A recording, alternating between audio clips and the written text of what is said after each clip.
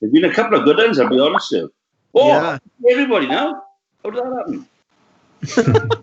Hey. No, you're gone. Matt shared an image. Okay. Well, I find when a full event is on, I turn the volume down quite low because the din of the crowd is really. I do like to. I like to hear. I don't listen to it with a commentary, to be honest.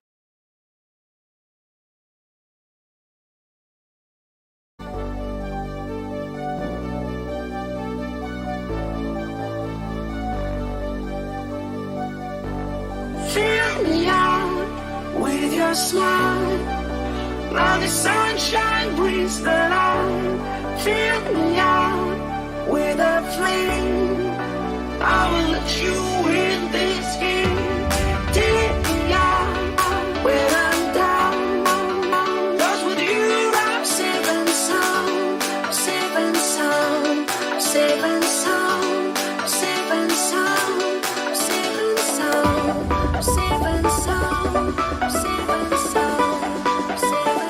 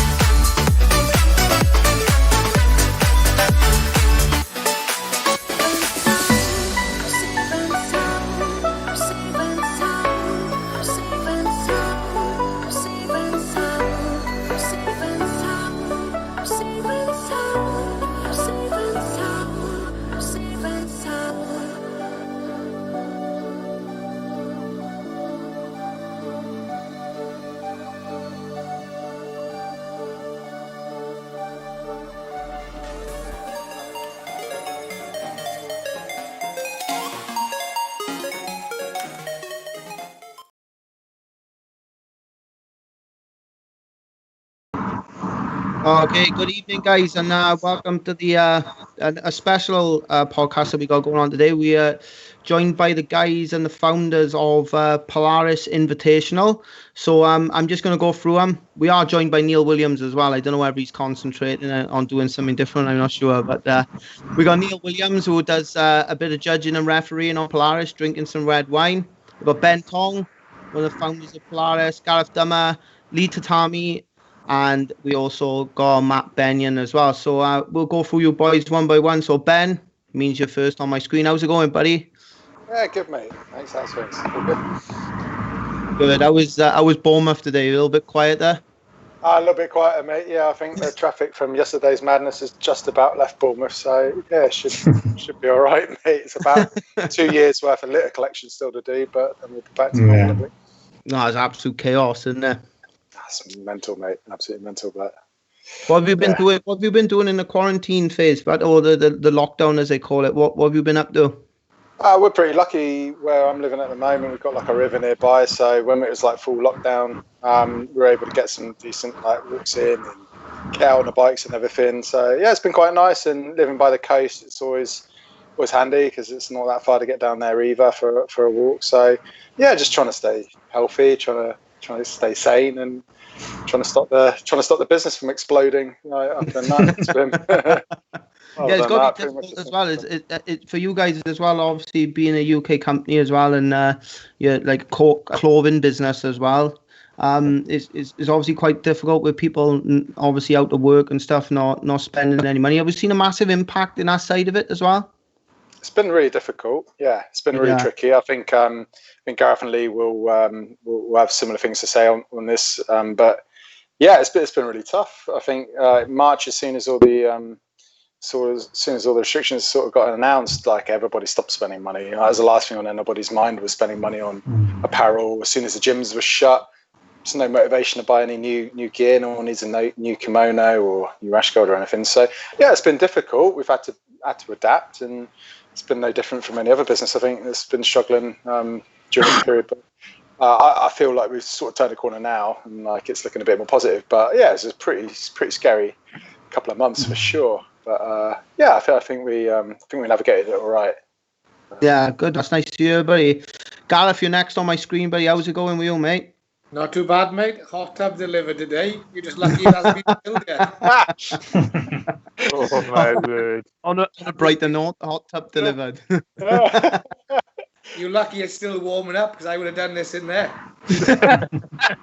What's all this doom and gloom you were messaging me about there, Gareth, mate? Obviously, it's been going all right. Well, a couple of cans, and you just. Yeah, it's all good, mate. Yeah. Hot tub is alright.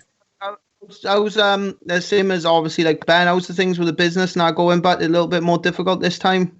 Yeah, tricky. You know, I mean, there's some parts of the world are opening up. America's opening up. Some countries in Europe are kicking back the training. Obviously, the UK, we're still way behind. So it's still a tricky landscape to navigate. But I think we'll get there. I think over definitely the next month, we're going to see some big changes in Europe and the UK. So yeah, interesting to see what comes in the next month. But yeah, it's been tricky and interesting and stressful. Yeah, and stressful. I bet. I was just going to say, I bet it's stressful. I've lost all my hair and everything.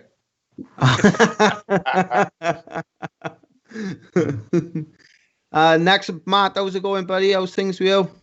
Yeah, not bad, thanks, mate. Not bad. How was quarantine life treating you, mate? What did you get up to? You got a young family like me. I bet it was difficult. It has been a bit of a challenge, yes. It has been for me, that's for sure. Yeah. Are yours back at school? No, yeah, Tuesday. My kids are going back Tuesday for once a week for the next 4 weeks, I think.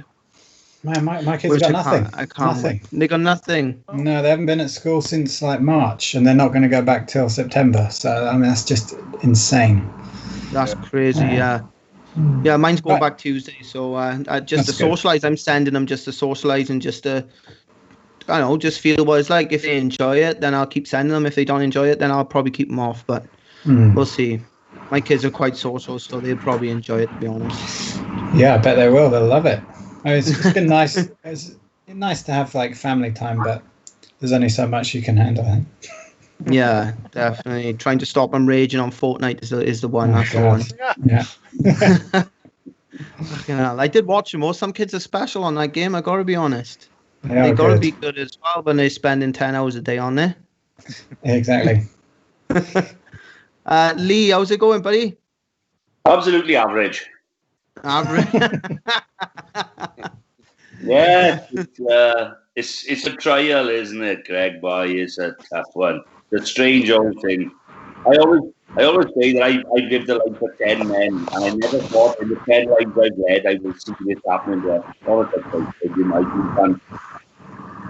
can't write it. You couldn't write it. This is a Will Smith Hollywood movie, but I'm doing the best I can. And my first couple of months, I endeavoured to put as much weight on as I could, eat as much barbecue food and drink as much wine as I could.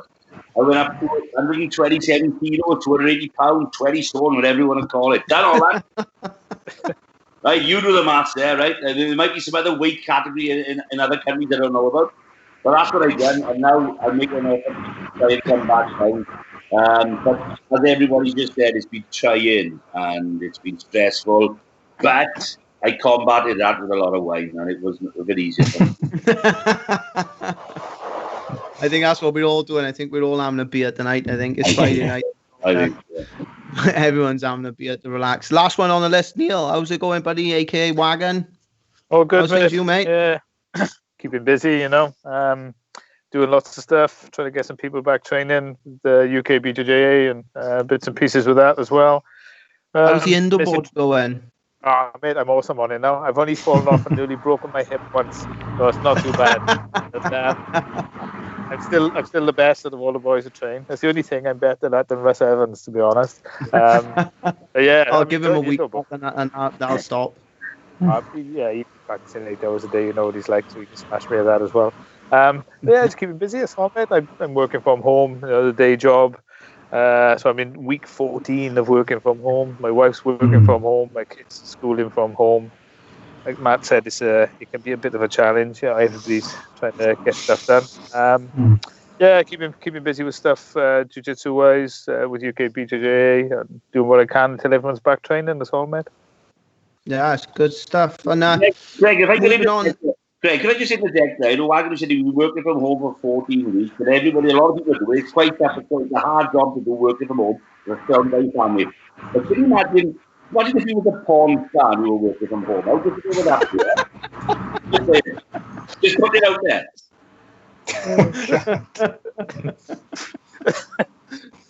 I don't know what to answer that one, to be honest. No, crack on, Greg. You're gonna run out the bodies real quick, you know. Yeah, but I'm more the niche market, the same as you, Dan, to be honest. So I don't know whether there's a market for us these days, mate. Middle-aged men. I'm sure there is. Yeah. You got us nodding. He's well into that niche, isn't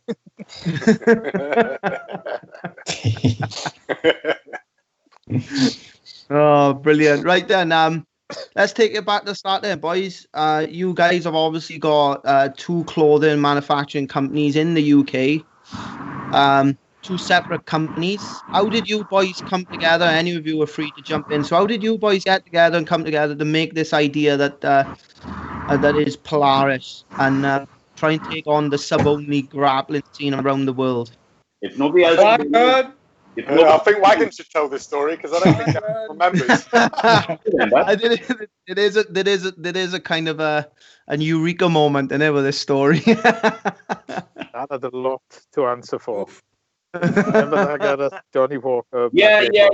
You'd think, wouldn't you? But for the first half of the week, I was there in Lisbon, grafting for both companies. And then you sauntered in on the Friday. I tagged you in, and you all got on the Johnny Walker. All the hard work had been done. So, yeah, I remember that story. I forgot you guys were carrying Scramble as well on the story. Yeah, start the story. There was a brand that was coming in aggressively in Europe. This is the serious start of it. And Gareth and I said, look, we got to make a stand against this brand that was coming. I won't mention the name. I won't give them a leg up. I said, we got to do something. It was the first time we shot out to Lisbon for the Euros. We'd never done it before. It was so expensive to sponsor such a tournament. We were a growing company, and we said, we got to do something. So we reached out to the boys in Gamble and said, look, how would you guys like to have a couple of rails and put your products, send us a few boxes out and just give us a small donation towards the stall. We'll go out there and we'll scramble at the time. We'll go out together as a British brand to try and push this other brand, this European brand aside. And that's what it was. That was the whole thing. So I went out there, took a team out there, and we were out there for 6 days non-stop. They worked without breaks, without anything. It was real hard work. And then part 2 of the story, Gareth tagged me back in on the Friday, come along with Wagger, and Matt and Ben popped out as well on the Friday as I was going home, absolutely crawling on my hands and knees like as though I just coming off furniture. And these guys come in straight on the Johnny Walker Black for 2 days solid. I'll just hand the story over to you now, guys. I'll hand it over to you. Dear. But that was the serious start of it. Is that we were fighting back against a brand that was coming in big, and we've got to take Lisbon by storm, and we've got to do it better than anybody else. And that's why we reached out to the guys in Scramble, and of course we grew as friends because we started our companies very much the same time.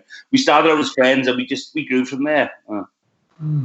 Well, we hadn't really sat down and had a proper chat at any point, and I remember me and Matt were still a little bit wary of you guys because we were like, oh, you know, the big brand and, you know, essentially the competition, but they seem pretty cool. And then I can't remember, like, either Gareth or Wagon were like, oh yeah, look, we're going out for dinner tonight.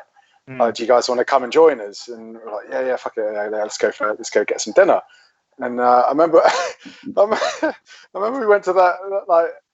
Brazilian barbecue, or you can eat Brazilian barbecue, and I don't think a single one of us went to the salad cart. It was just meat, and whiskey the entire night. It was just. Ben, how many bottles of whiskey was there? There's 3 bottles of Johnny Walker Black between 4 one each, wasn't it? I had one. Yeah. And then we run out to Johnny Walker Black, and we went on to Jameson's, I think. So it was quite a lot of whiskey. But I think I knew Matt a little from when Matt sponsored the Bristol Open. Was that? Oh yeah, that was a really long time ago, wasn't it? Right in the beginning. When was that? That was like, what was it, 2008? Was it? No, because I can't remember. Because you were still importing stuff from Japan at the time, and I'm not sure whether Ben was working Scramble. No, with you. It must have been literally like the first few months or something. 2009. Yeah.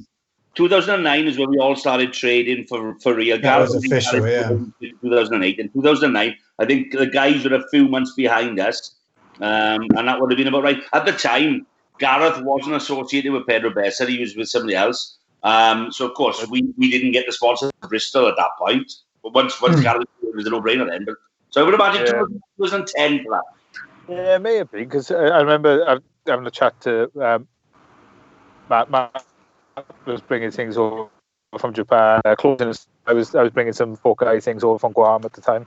That's right. And we kind of kept in touch through various forums and stuff informally then, didn't we, for a while? And, that's right. And then the fated Lisbon trip when Lee had done all the hard work, and then we went and had a business meeting and just had our body weights of meat and got through God knows how many bottles of whiskey. And it was just like-minded people, I think, just talking about, you know, what there was in the UK scene, what there wasn't in the UK scene, talking about, you know, submission only and what people like to see and that sort of stuff.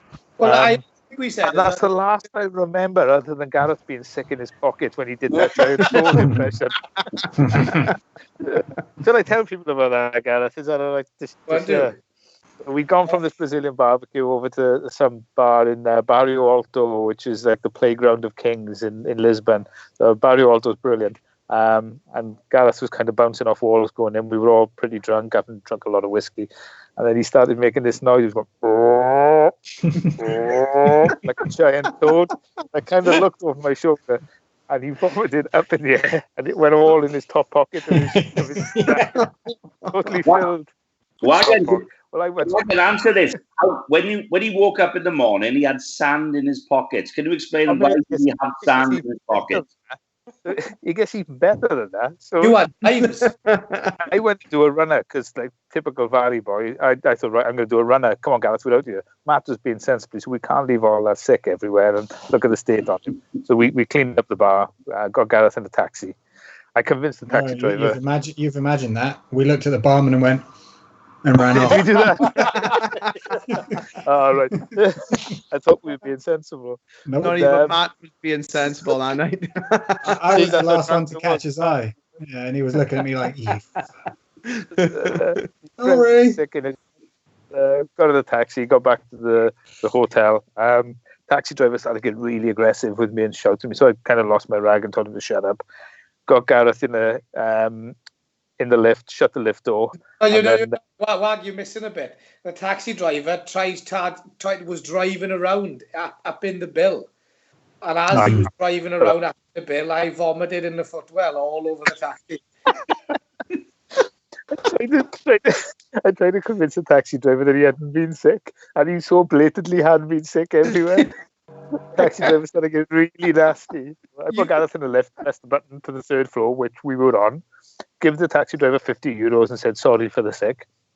Went back up to the third floor, no sign of Gareth. So this hotel has got 14, 15 floors. So I was smashed and I spent, 2 hours looking for him. Every floor, couldn't find him. So I went to bed. Must have been about 4 o'clock in the morning. There's a little on the door. So I opened the door, Gareth standing there, covered in dried sick. Amazing. Slept in his coat. Saying, where have you been? I have no idea.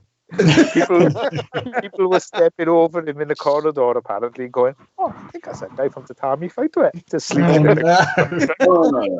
Don't bring Tatami. Then we started talking about plans. It was a good trip. I'm the only sensible one out of all of you. I know, mate. I know. Who would have ever thought that, eh? Yeah.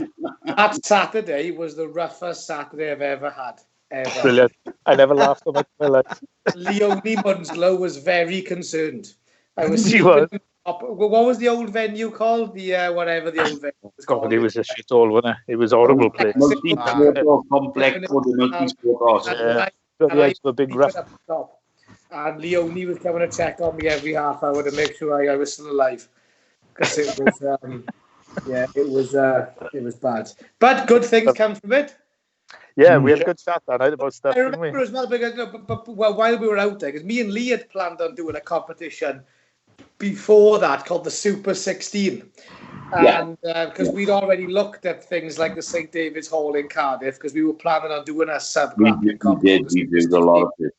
And, but it was a little bit of a, we didn't want to do the move on our own. It's a little bit risky, an industry you don't know. And then I think Matt and Ben had similar ideas themselves about doing a competition. And when we both said it, we were like, well, why don't we do it together then? We were like, well, we will.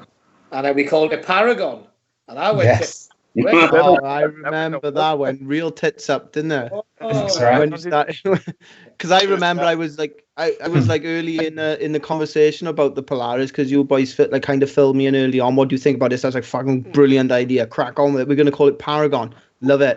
Great name. 2 days later, that Paragon's not gonna work. However, we had a logo with a big P on it.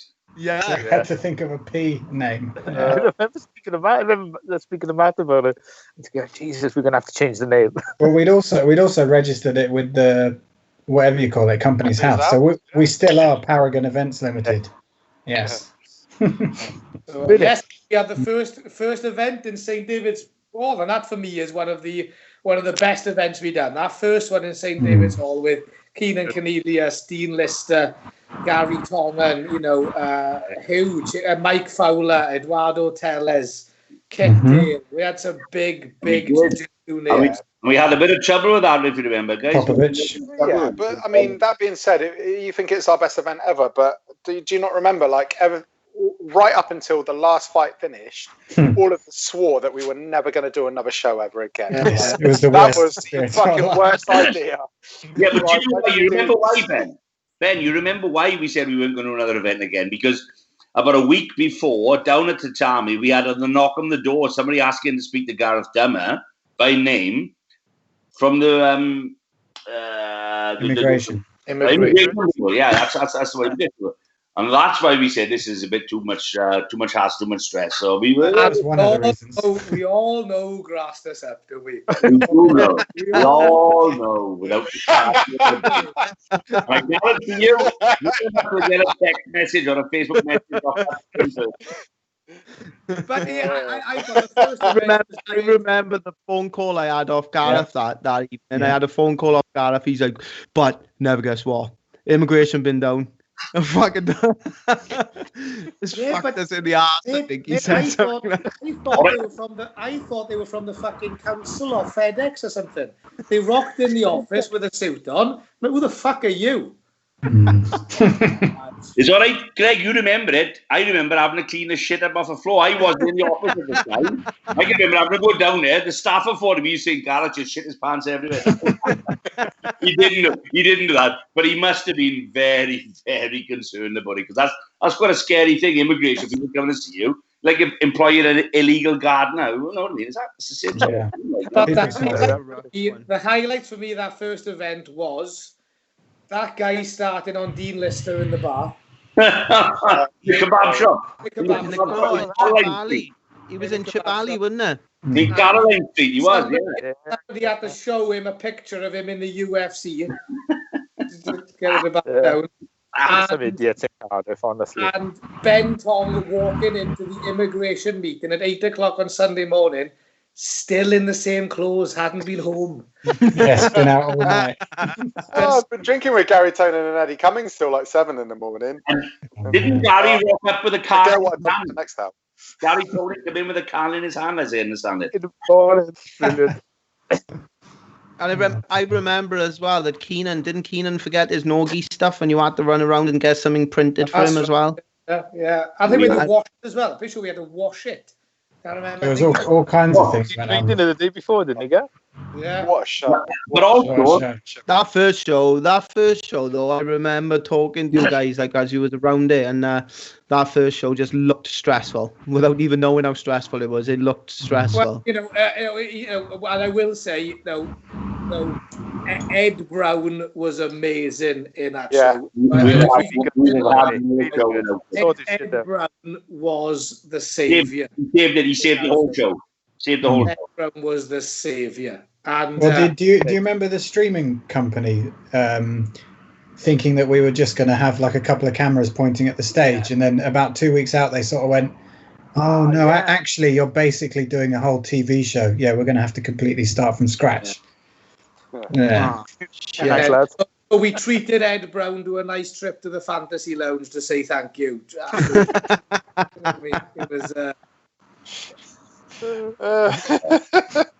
I don't know. Was it the second event? By the way. I don't know if it was the first or the second event when Dean Lister, we were short of a competitor, and I'd phoned Dean Lister, and he just landed on a runway. It was the first one. And I said, "Can you get off the plane, get back on the plane, and come back to London?" I think I might have been Polaris 2, I think. I'm not sure if it was. I remember that. No, it was one. First show. Yeah, he was a late placement, wasn't he, to fight Keenan, yeah. That's right, what it was. He was overweight. And we said, we can't use you because he didn't make weight by a lot. And then I think it was Keenan said, "No, I'll fight him anyway." And then, of course, he'd made plans to go to Germany, and that's exactly what it was. It was the first show. He was on the runway, and I phoned him, and I said, where are you? I think Dean was up with me then. I think he'd come up and did a seminar with me, and I think it was the time I picked him up from Cardiff Central Station, and he did a few. And he got in I had a Ford Focus at the time, so he got in my car. And he's massive, isn't he? And he wedged his iPad by the side of my. Oh, it's getting exciting then. I don't know. Yeah. He wedged his iPad next to my car. Yeah, we got you, Wag. I think you're in the garden, but we Tesco's Wi-Fi, mate. Yeah. I remember that weekend, Wagon. I do remember it. Yeah, and we should say Dean has had some nasty shoulder surgery. Hope you get well soon, Dean, mate. Hope you get well soon if you watch this. Yeah, definitely. So how did the matchmaking start for this first Polaris then? Because this one obviously was the most stressful one. Is your first one. You was going into the unknown as well as two kind of companies going into the unknown together. So who started the matchmaking and how do you go about it? Well, I think a lot of the time you pick your dream matches a lot of the time, don't you? You know what I mean? Especially back in that one. Who would you want to see with who? What dream matchups can you make? Also, you use your friends as well. I know we had Teles on board because obviously, he's Pedro Bessa lineage and Pedro's instructor. So I think, that event, we went, right, who do we know first? Well, Tatami sponsored Dean. We had good links with Eduardo Teles. We had good links with Kit Dale back then. I think Michelle Nicolini was on that show as well, who we sponsor and we still support. So I think that was your first one. Go to people who you support and And then from there, right, okay, well, what's an exciting match you'd like to see? And that's when we started going to the Danaher guys then, and your Gary Torner and your Eddie Cummins, and just built it up from there. I think because Matt, I don't know whether you were responsible, obviously sponsoring a lot more of the Asian guys and the guys like from Japan way as well. You're responsible for bringing a lot of those guys over as well, I should imagine. Yeah, but I'm just looking at who was on the first one there. We didn't have anybody in from Japan there. No, I'm just looking up. Over the show, I gotta say, Mike, over the shows, those guys have been the most amazing competitors, and the Japanese competitors are just.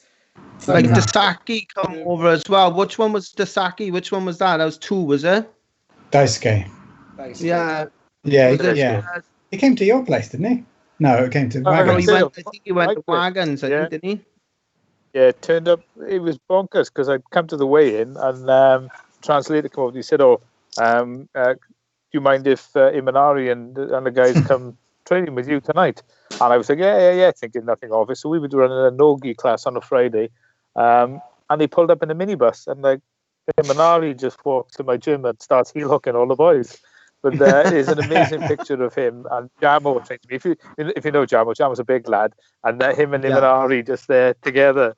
And I'm not sure who looks the most Japanese, him or Jamo. But it was bonkers. It was a most surreal thing. After seeing Imanari and people like that compete in Pride and the bigger stage, and then they pull up at a minibus in Treorchy on a Friday night and come and do Nogi with us. Absolutely brilliant. Daisuke didn't stop smiling for 4 days. No, non-stop. What a gentleman. 4 days. Yeah. He was close really to nice Shaolin guy. as well. Went sweep for sweep and position for position, didn't they? It was great. That was an awesome fight. That was really good fight. Who did Hobson Mura fight in number 2? I can't remember. Who did Barrett? Barrett. Barrett Ishida, yeah. That was a good. I like Barrett. Barrett's really good. And The thing is, I like to see Barrett fight the legend. The thing is, it took a couple of years for people to get into this whole submission thing, because people were still, especially with gi matches, they were playing by IBJJF with points and things. It's not exciting. And also, nobody wanted to have that loss on their record.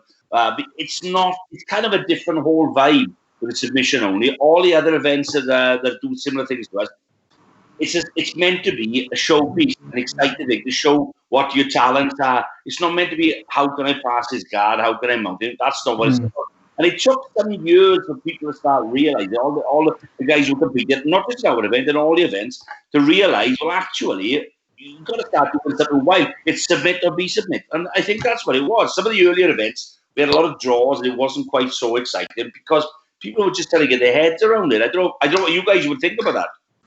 Well, I think when you start chucking Tommy Langager in with people, it changes everything for gi matches. Because he's just some of the most amazing we've had is with Tommy. Fair play to him. But the MMA guys are pretty good as well. Sorry? Yeah. The MMA guys, they got a different mindset. The MMA guys to bring a whole different dimension to it. I remember Fishgold when we was in Manchester. Fishgold, almost Liam Khan, almost like banging an hammer fist on Liam Khan, and I was like, "Fucking hell, this is." But to be honest, in hindsight, when you look back on it as well, those guys, they bring just a different flavour to it all, don't they? Which I kind of enjoy, to be honest. Is you look at Gilbert Burns, he's fighting next weekend for the belt, so good luck, Gilbert. Yes. All the guys. But, the last Polaris, the guy hasn't fought gi in, maybe a decade, and he chucks a gi on and he goes in with Tommy Langager. Yeah. Just do it. The best gi competitor at the moment. Yeah, he ended up in some very tricky spots, but fair play, Gilbert. No wonder his nickname is Little Tough, because he just chuck a gi on and get in for a scrap with anybody. Yeah, he's a legend. And in fairness, Gilbert's been a great support of the show. Brings his wife, his family over, his kids. Lovely family, lovely people. Fight anybody, a drop of a hat, gi, no gi. He is just a true competitor. That was like one of the earlier fights I really enjoyed, which I thought was like what Polaris was all about, was the Tonnen and Burns as well, because you had like someone who was like straight no-gi jiu-jitsu against the leg locker, and everyone was like new to the leg lock game as well. Everyone was interested to see how it would work against the world-class jiu-jitsu guys. And we kind of see that, do you know what I mean? And everyone then, I think for me personally, that was the fight that I watched and thought, fuck man, this shit's real. Like these Dana guys are not messing about. But the one for me, obviously, the number one most watched, I think it is, the guys are correct me, is Polaris versus Tottenham. Who's a mark? That is just the most. I'd love to make that rematch. That is just. that was just insane. Some of the biggest takedowns and spikes you'll ever see. Some of the craziest scrambles. How did that fight come about then? How did that fight come about, boys? Obviously, everyone wanted to see that fight since the leg lock has become more prominent in the nogi and submission only scene. So how did that fight come around? I think that's exactly what it was. I think what leg lock guys do you want to see together? Polaris was obviously Joe. He had just come off that. His Jake Shields fight where, he held that submission on for a long time after, he did a similar thing in ADCC. He did that. It was just after that. Gary Tonnen was tearing through everybody, and we thought, well, chuck him in. I remember arguing with Ben in the scramble office. I was like, I don't want to see it. I'm too scared. I don't want it to happen. I was genuinely worried for Tonnen's safety. I watched that in a tree house in Bali with monkeys on my balcony. I swear to God, my 25th anniversary, and my wife and I had a month out in the Far East, and I had to watch it. I'd get up at 3 a.m. and watch it, and it was very bitty. Internet was it wasn't going great for me. So when Polaris was throwing Tonnen up and through the air, it was going in stop, what do we call it? The video thing. It wasn't going smoothly. It was difficult to gauge how tough it was going. Yeah. I watch it when I got home. But I think the most number one watched clip ever of any Polaris is Jeff Lawson. Absolutely. That throw versus Paul Bridges in that had 1 million views on Judo. Some site. Yeah. We spoke about that on the Third Coast Grappling podcast the other day. Amazing. That was down in Bournemouth. I think that was the same event that I fought on. That was when Jeff done that. Yeah, but then he fought Andy Roberts. Then did he in the show? Done it again.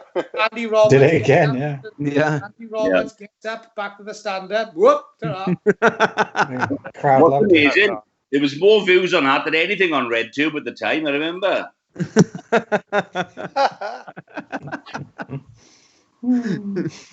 So guys like Jeff Lawson, but British guys as well is awesome, and that's one of the things you boys do as well as Polaris is you bring through guys that maybe not everyone is familiar with, but the British guys that are kind of worth their salt, and they get on the Polaris stage. You give them a stage, and they do perform. And guys like Jeff is evident of that as well. But then we got some good guys coming through as well, and you guys are responsible for that because you put the Contenders series on as well, don't you? So they can get a kind of a slot into the Polaris. Yeah, I mean, go back to that for a second. I mean, obviously from British competitors, one of the best matches for me was Ross Nichols versus Nathan Orchard. I think that really set Ross's bar high.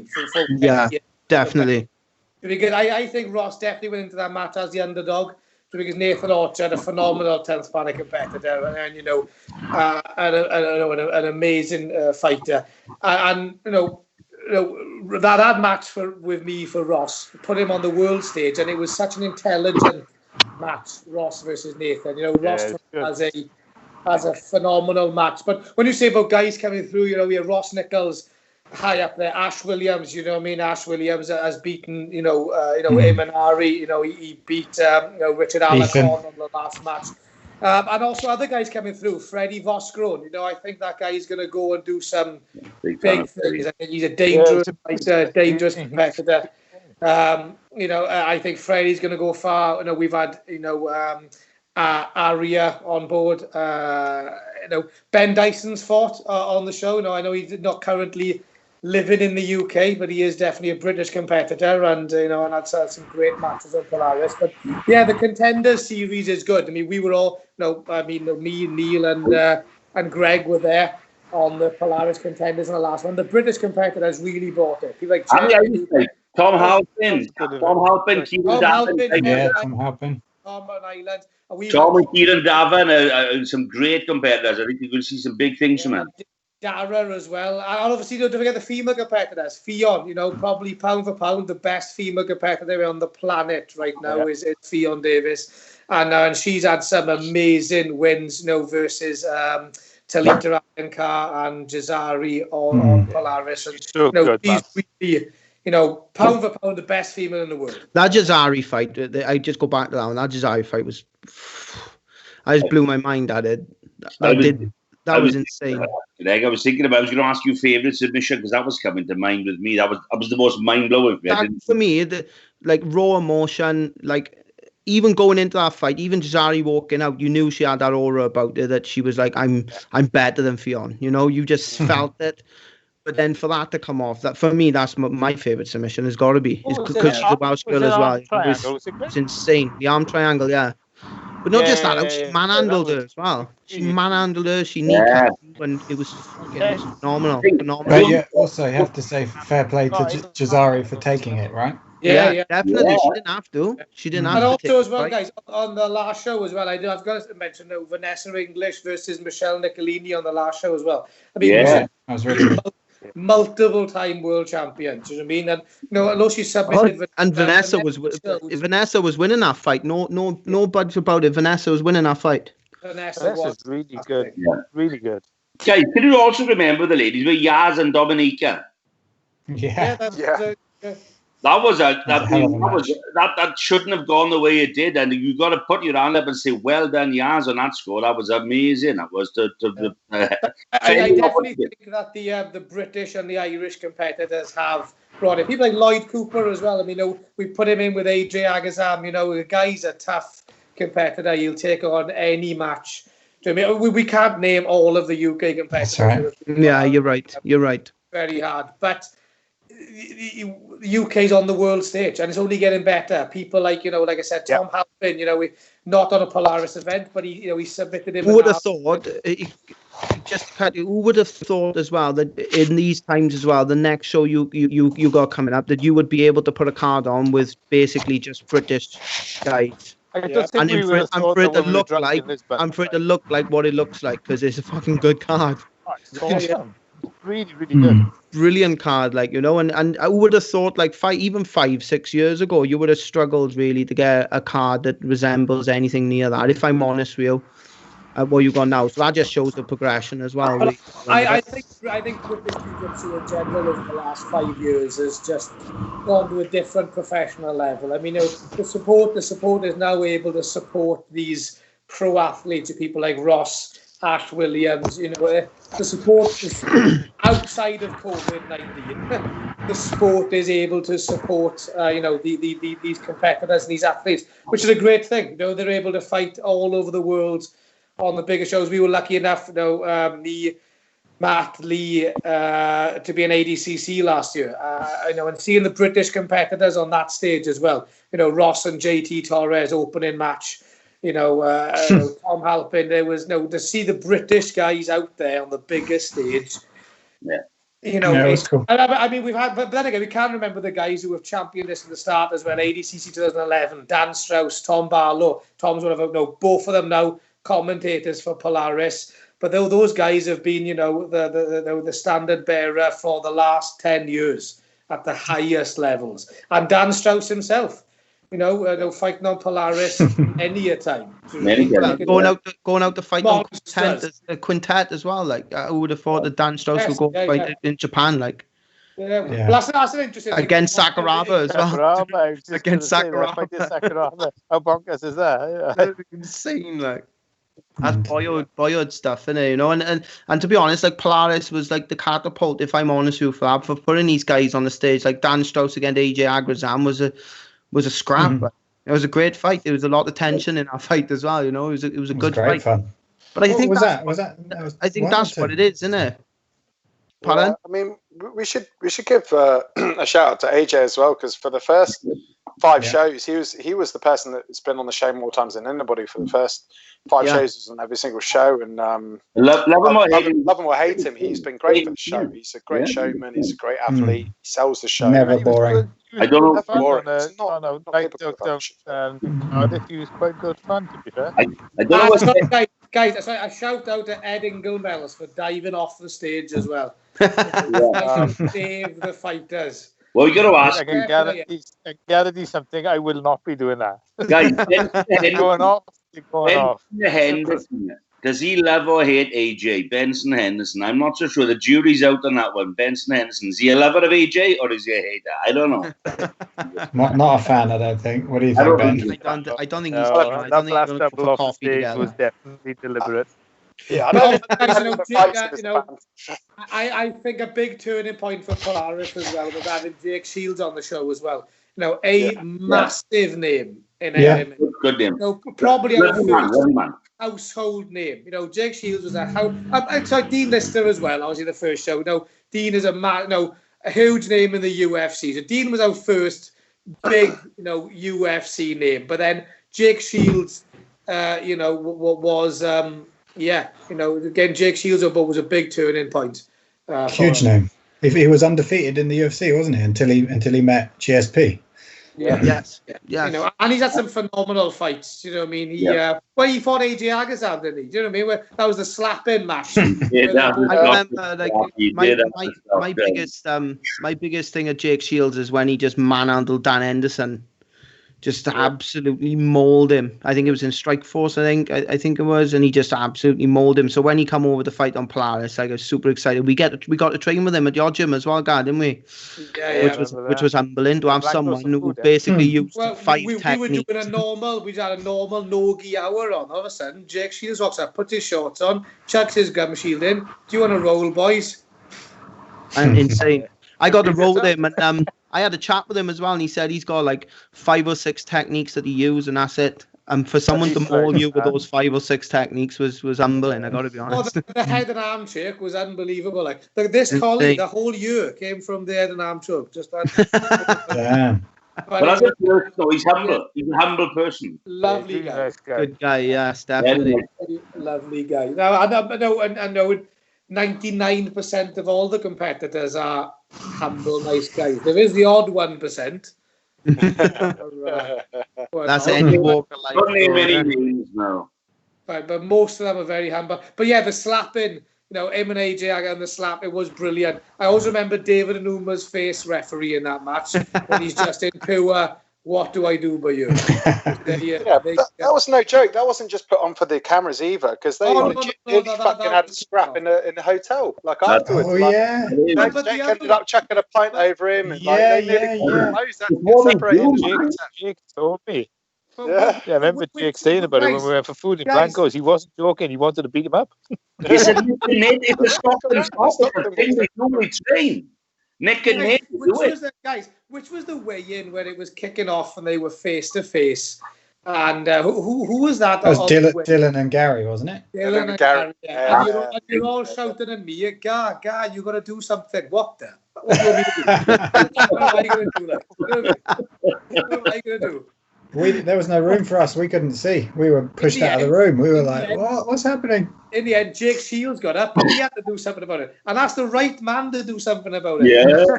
I'm not the right man to do that job.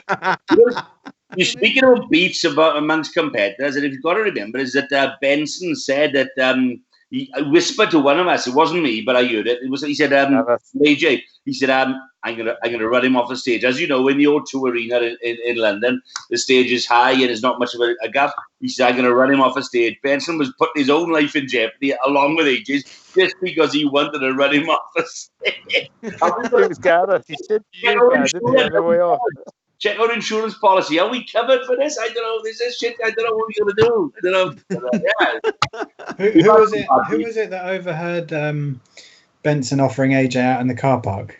I didn't hear that. No. Yeah. I can't remember who it was. But, I think it was somebody. That's not a fight you want in any car park, is it? You really don't want to be doing that.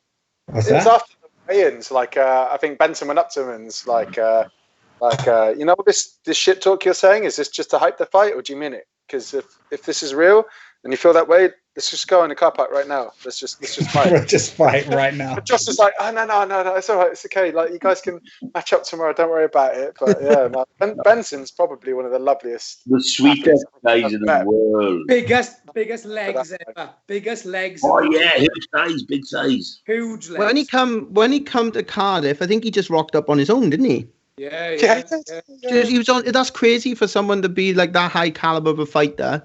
It's been around the world. I was in the changing rooms and I was looking around. And I was thinking, man, he's fucking on his own. He's just rocking up on his own. Like, he preferred his wife a lot. He missed his wife. He did miss his wife. He was on holiday with his wife and kids. Like, they were in France on a holiday, and he took like a couple of days off to come to Polaris to fight. Then went back and met his wife and finished the holiday in France. I tell you what, my guys. Next Polaris, you could just chuck both of Gilbert Burns' kids on in one of the matches. Yeah. I got videos. Brilliant. I got videos on my phone of them pair fighting from morning, noon, and night. The oldest kid is kicking the fuck out of the smaller kid, and Gilbert's he's coaching him. And they're laughing. He's the young one he's dragging him by the arm drags, and the youngest one is laughing his tits off non-stop. I got videos on my phone to prove it. Unbelievable. wow, that's crazy. Well, they're going to be on the show next, then, aren't they? Yeah, so we're back Gilbert to and Herbert when they were younger. Yeah, so talk about this show you got coming up then, boys. So that you've managed to get a show on, all with like the blessing and the hard work of the UK BJJ, allowing you guys to be able to put the show on officially. Along with getting the boys back training safely as well in these times. So talk us about the show that you got coming up. We'll go with Matt. Matt can talk about this one. Oh, okay. Well, we got yes, because of coronavirus, we have to make sure that all the athletes are following a protocol as laid out by the government. So UK BJJ has helped us to basically all the athletes that we want on the show. We just send them to the UK BJJ so that they can follow the correct guidelines. So we just tell them, make sure that you're following those guidelines. That's kind of part of the requirement. And then we just cast a really massive net over the UK of potential names. It's quite difficult matchmaking. I think a few people's noses might have got put out of joint because there's 4 of us doing it, and we're all asking multiple people. And some people come back and say they can do it, some can't do it, some people change their minds. It's a fair bit of work. Yeah, well, like I said, it would have thought a couple of years ago you would have been able to cast that net and get as many competitors you are, all scrapping it out for 10 grand as well. Yeah, and we can probably do another one a month later. There's that many good people. Crazy. Matt. Yeah, that's crazy. Well, keep that quiet. He said probably. He didn't say officially. He said probably. Fucking God. Stand down. Can we do it in Cardiff so I don't have to drive down south then? No, because the pubs are open in Southampton. You went there, get down to fucking Southampton. Oh, Southampton is it? Definitely with Bournemouth, or we can go on the beach. I might stay there for the week if the pubs are open. The hotels are going to be open. Mark, come down with me. It's on. So, where is the next event then, boys? And what's happening with the event? How's it going to be run? What's it going to look like for the guys back home who's going to be streaming in to watch? Next event's going to be on July the 11th, Saturday, July the 11th at Southampton Central Hall. It'll be streamed on UFC Fight Pass. It's going to be a under 90 kilo UK Grand Prix, where our selection of 8 of the sort of best in the UK athletes are going to compete for a $10,000 prize. Can you run names for there, Ben? Do you have the names? Yeah, sure. So help me out here. We've got Freddie Vosgrown, Taylor Perrin, Ross Nichols, Tom Brees, Nastasa Silviu,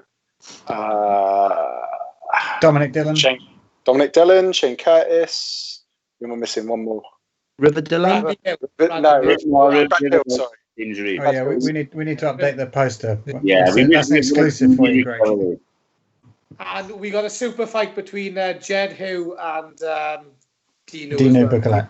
Dino, Jed was really good in the Contenders event, wasn't he, Greg? Yeah, he was. I was just going to mention Jed there, and he kind of brought it on that Contenders really event, good. and he kind of ripped through a lot of people. He's very, That guy fought the decision was 4 times the yeah. He was huge. He was absolutely huge. He looked like he looked basically like a vampire, didn't he? He was like a massive vampire. It's crazy. Yeah, he had eye makeup on the lot. Yeah. What? But he was flexible. He was like super flexible. It was really good. And Jed just hedged him on it because I think he was a little bit more attacking. Ref Jed decision. was super impressive. He did really well. But saying that, the guys that came over from the States for the Contenders as well, from Dark Star, the guys that trained with Danaher, brilliant. And I think they enjoyed themselves a lot in the night out in Bristol with the sounds of things. But good guys, really good guys. That's quite unfortunate as well, isn't it, that they couldn't come over as well. And obviously, it slips me the guy who won it now. His name passes me. I'm not quite sure. Can you remember? Is that Frank? Nick Ronan. That's him. Ronan. Yeah, that's him. Yeah. And it's unfortunate that he can't come over at the moment, isn't it? You know, because he did put a shift in that day. There was a couple of guys on that show. We've had another Contenders show as well in Cardiff where Steve Ramos won the spot as well, and he's been. I think we definitely want to get Steve back on in the future. He's a good guy. Good guy. One of JT Torres' students, and he's awesome. Fantastic competitor. I know that they were brilliant on that Contenders Day. But for all the other fans sitting back home, I'm sure once this pandemic is over, we'll be bringing some more contenders back to the UK and some more trials to find the next up and coming talent and to find the next generation of fighters. Now the Ross is getting old. I love the Contender series. Is something we talked about, didn't we, a while back? And I said it would, is a good idea, because even the guy that doesn't win it doesn't necessarily mean that you're not going to get spotted. You're looking at everyone. It's like the Ultimate Fighter. Same thing. Ultimate Fighter. They give them bother when Forrest given a contract each. Just because you don't win, it doesn't mean anything. Yeah. Well, we've seen some great guys in that last one, the Contenders in Bristol. That's what I was going to say. We had some great competitors there all day, so it was it was good to see. Good to see the level of jiu-jitsu in Britain as well. You had guys from America flying over, guys from Copenhagen, all across Europe, and it was brilliant to see the level. I think everybody came over just for the Contenders. It was good. Well, it's a bit scary the way that going as well, because you've got these purple belts who would just tie me in absolutely. Glad I don't want to fight. And it's but it's good for the sport when you're good, because you've got these guys training now at the highest level from the start. Do you know what I mean? They're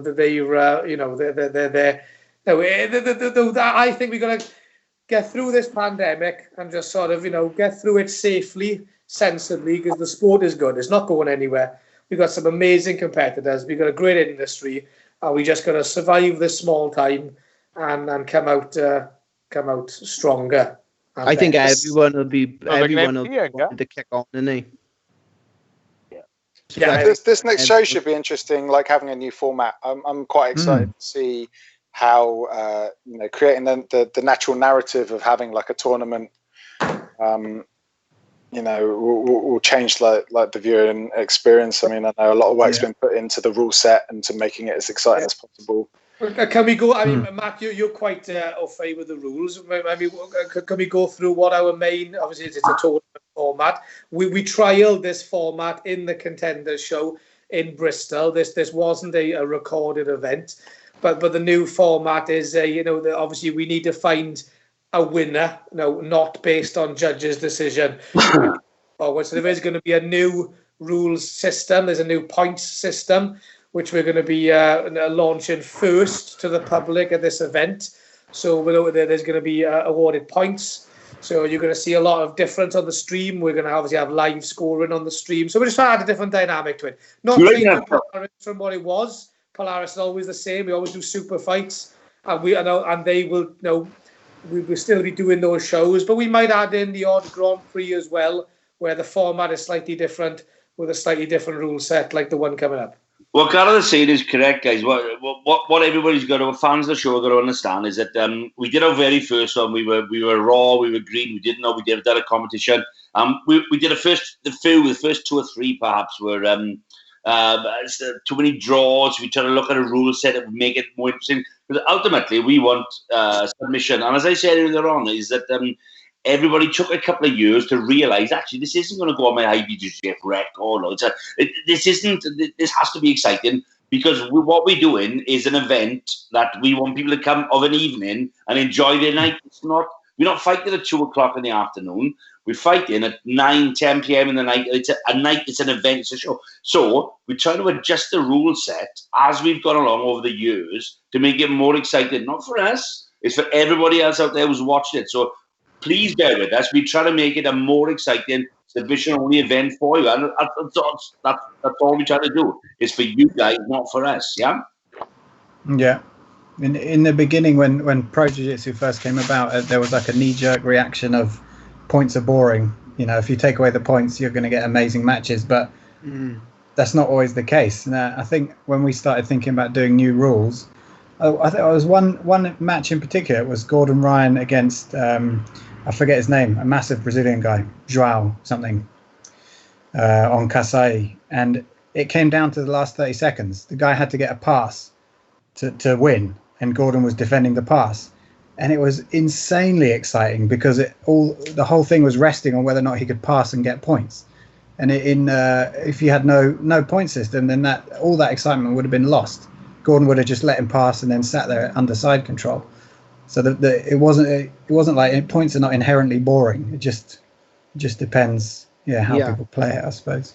And how are you running the points for this one? If for the guys watching, you kind of give them a quick rundown if you can remember what you're doing for the points for this one.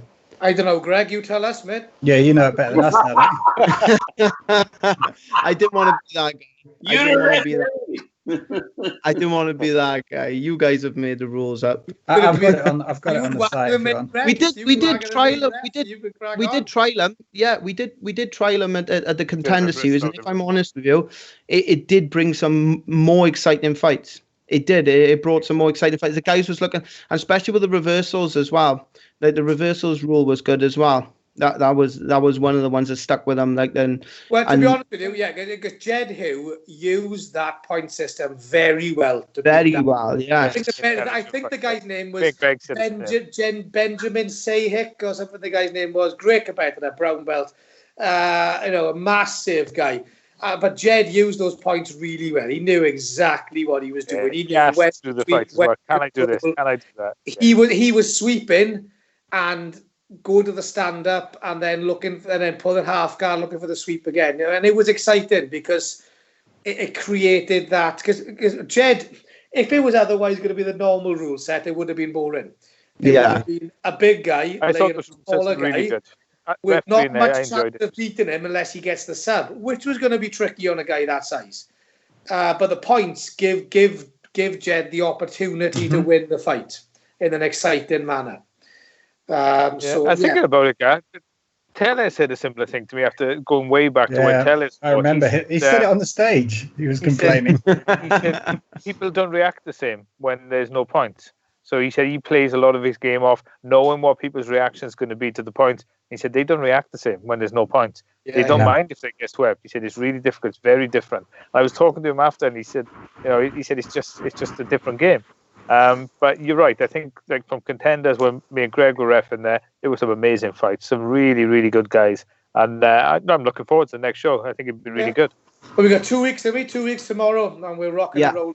So we're back. We're back. Yes. I can't wait. It's going to be awesome. With masks on. Greg, we got some discount codes for the guys watching. Yeah, we got discount codes. Polaris. Yeah, just a shout out to the boys as well. I got on to the boys and I said, do you want to do anything for the guys watching? They got 2 discount codes, one for Scramble and one for Tatami. If you add on in anything you buy, you get 20% off. Just type in Polaris 20 and you guys will get 20% off on the separate website. So head over to Scramble, have a look, head over to Tatami, have a peek if there's anything you fancy. Type in Polaris 20, you get 20% off. So thank you for that, boys, as well. That's awesome. Thank you, mate. Our pleasure. So just to wrap it up, then, boys, that was a lot of fun. I just want to ask one last question, if I can. I'll go through you individually. We'll start with Wag. Your favourite Polaris fight, Wag? Which one was your favourite? Gary Tonin and Rosemary Polaris. Yeah, nice. Ben, which one was your favourite, buddy?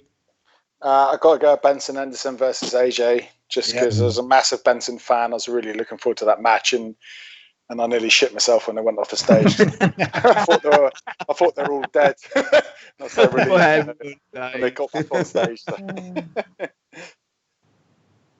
Gareth, which is your favourite, buddy? Me and Norman on the Polaris Open mat on a Friday. Nicky Rod, you boys around. Oh, Nicky Rod, double leg, and that guy in Flawless was the best ever. It was about 9 meter double leg, flying. I was talking about that last. Just amazing. The guy went like this. The guy cleared the camera completely. No, for me, it's Jake Shields, AJ Agazam, purely for the background story of it, the excitement, and Jake Shields was amazing in that match. His technique, his jiu-jitsu was just beautiful. No, never mind the slapping, or that was fun and exciting, but Jake Shields was, and also AJ Agazam's a tough, I won't use the word, but how the fuck he survived those submissions attempts, I have no idea. So for me, Jake Shields and AJ Agazam. Yes, that's a great one as well. Lee, which one's for you, mate?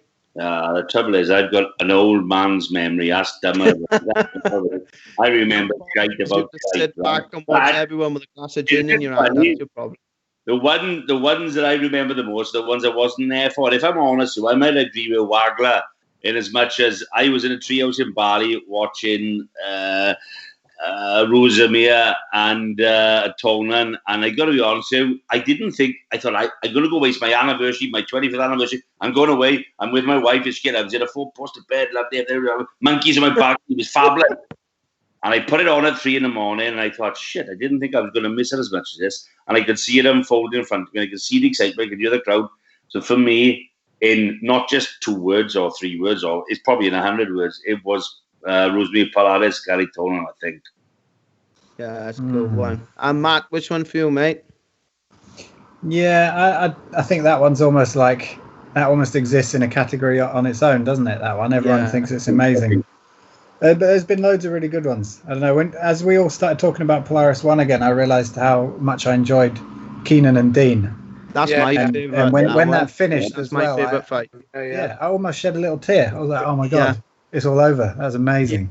Another That's one my for me, favourite guys. fight. Just one last one, which I got to mention for me, which for me, I'm going to say is the best gi match we've ever had, is Tommy Langaker versus Sebastian Brosh. Oh, yeah. That's a sick fight. Most ridiculous. Yeah, that was so good. I've ever seen ever. The sub attempts, that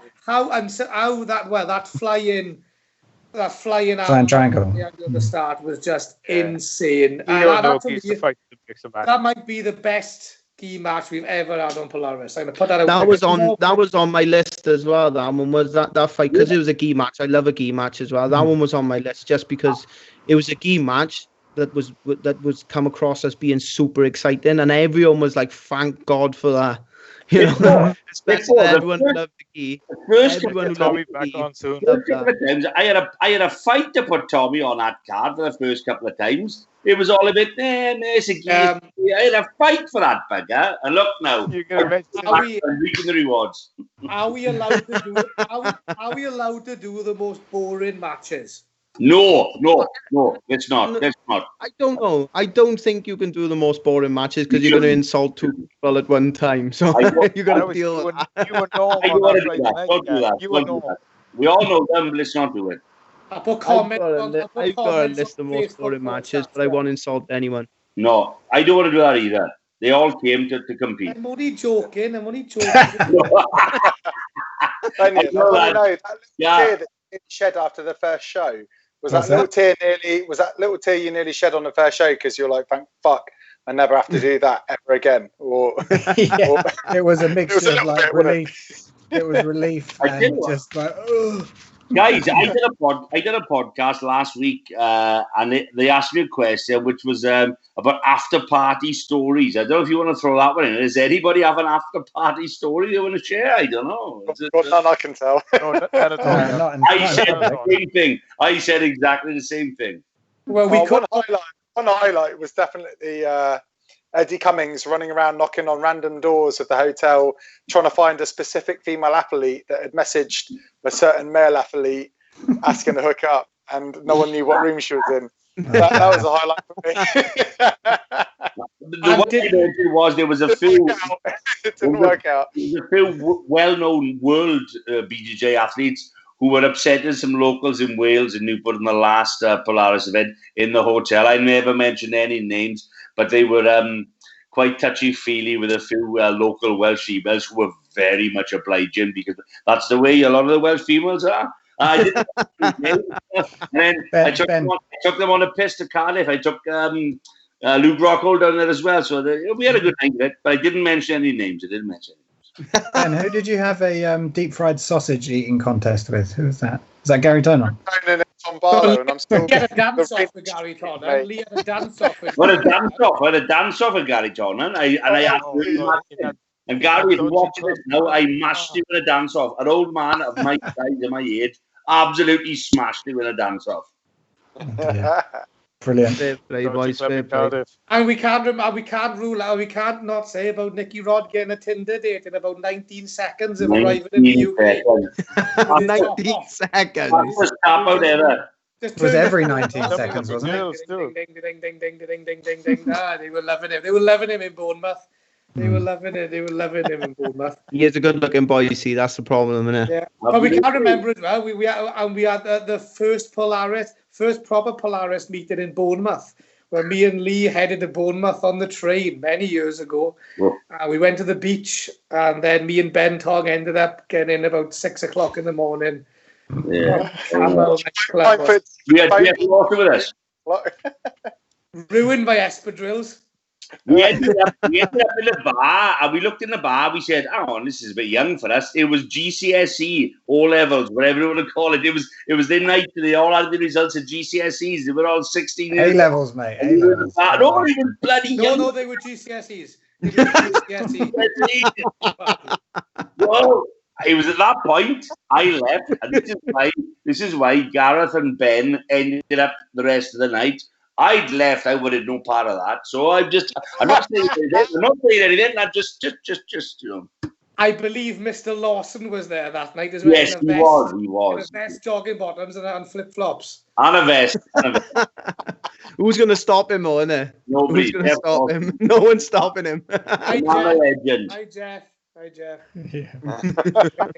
It's just Jeff. That was the phrase. It's just Jeff. Right, boys. I think we'll wrap it up there. That's awesome. Thank you very much for your time, boys. I could talk all night. I know you. I am mindful of your time, boys. I don't want to keep you all night. Cut version on, boys. The next time. Am I the only one repping a brand? No. I can't see everybody else. When are you going to send the Polaris stuff, boys? That's the Corona scramble tea. What Polaris brand? Oh yeah, you are. Yeah. I got a Polaris jumper, and I wasn't putting a jumper on in this weather, so I opted for a t-shirt. I can't see everybody else, so I don't know. I'm afraid. Well, I haven't picked up any merch. I've been looking at Wagon all night, and I got to be honest with you, I'm slightly aroused. You're only human, Dap. You're only human. Guys, it's a pleasure, an absolute pleasure. Right, thank you very much, boys. Good luck with the show. I'll see you down here, boys. We're gonna smash it, I'm sure. Nice, guys. Yeah, see you soon. Take your time, boys. Thank you very much. Thank you, buddy. Bye. Fill me out with your smile. Now the sunshine brings the light. Fill me out with a flame. I will let you